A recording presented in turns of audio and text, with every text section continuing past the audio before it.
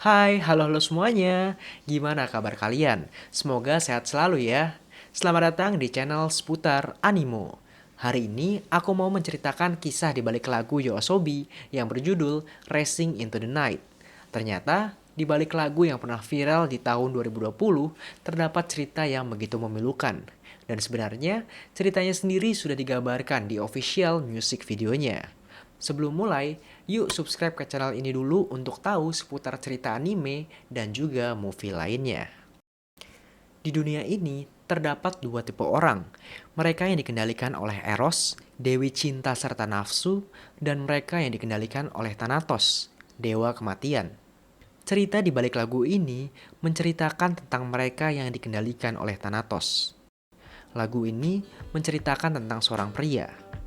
Pria ini jatuh hati pada seorang gadis yang baru saja pindah ke apartemennya. Memiliki mata lembut, bibir yang penuh, dan wajah yang rupawan, siapa yang tidak jatuh hati pada seorang gadis ini? Uniknya, pertemuan pertama mereka terjadi ketika sang gadis mencoba untuk bunuh diri dari rooftop apartemennya. Sejak saat pertemuan pertama tersebut, mereka saling berhubungan, berteman, hingga akhirnya berkencan. Kehadiran gadis ini bagaikan seorang malaikat yang menghilangkan kesepian di hati si pria. Akan tetapi, selalu ada satu pertanyaan yang tak pernah terjawab dalam batinnya. Mengapa dirinya selalu menghubungiku setiap kali mencoba untuk bunuh diri? Dan ketika gadis ini mencoba untuk bunuh diri, ia selalu menunggu diam hingga si pria datang untuk menghentikannya.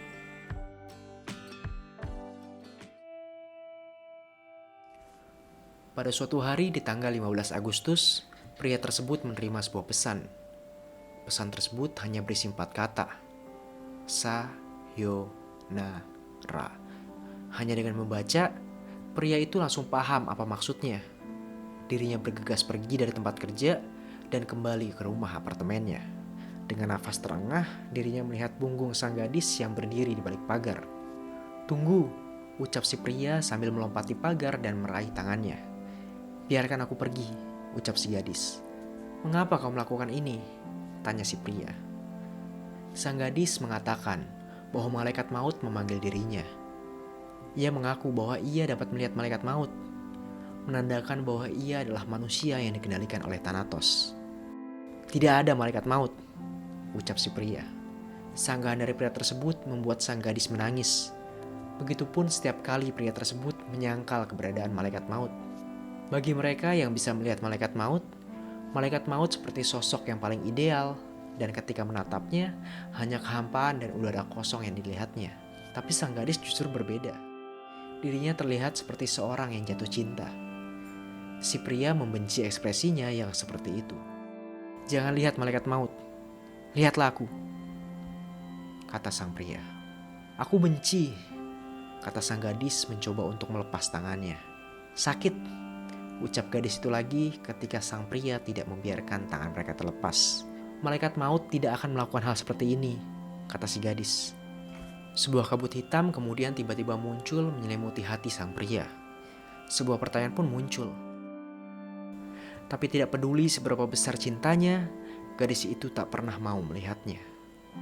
Sebuah kekonyolan apabila harus cemburu pada malaikat maut, pikir pria tersebut.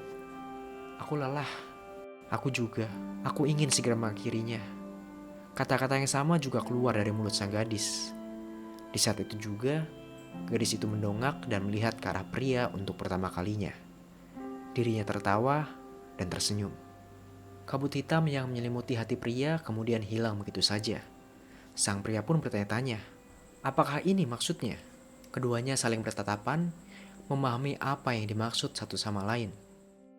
Gadis ini menghubungi sang pria bukan untuk dihentikan dari bunuh diri. Akan tetapi, sang gadis mencoba untuk membawanya agar mati bersama. Begitupun sejak awal pertemuan mereka. Dengan kata lain, gadis ini adalah malaikat maut untuk sang pria. Angin berhembus, keduanya melompat bersama sembari berlari menuju langit malam serta kematian. Semua cerita yang aku jelaskan sebelumnya berasal dari novel The Temptation of Thanatos yang ditulis oleh Maya Hoshino. Buat kalian yang mau baca cerita asli dan terjemahannya, silahkan klik link yang ada di deskripsi. Makasih juga buat teman-teman semua yang sudah menonton video ini. Jangan lupa untuk like video ini kalau kalian suka dan share juga ke teman-teman kamu yang ingin tahu bagaimana cerita di balik lagu ini. Subscribe juga untuk tahu seputar cerita lainnya dari anime dan movie dan sampai jumpa di video berikutnya. Have a nice day.